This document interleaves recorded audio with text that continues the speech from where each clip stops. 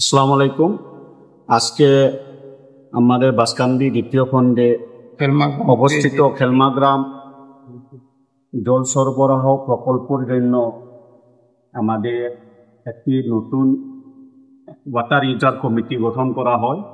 উক্ত কমিটি আমরা আমাদের বাসকান্দি গ্রাম পঞ্চায়েতের সভানেত্রী মমতাজ বেগম ওনার বাড়িতে বসে আজকে এই নতুন নবগঠিত 27 জন বিশিষ্ট কমিটি গঠন করা হয়। এই কমিটিতে আমাদের সর্বসম্মতভাবে প্রেসিডেন্ট হিসাবে আমাদের এলাকার বিশিষ্ট সমাজকর্মী হাজি হাফিজ উদ্দিন চৌধুরী মহাশয়কে নিযুক্তি দেওয়া হয় এবং জেনারেল সেক্রেটারি হিসাবে প্রাক্তন শিক্ষক এবং ল্যান্ড ওনার নাইমুদ্দিন চৌধুরী সাহেবকে নিযুক্তি করা হয়।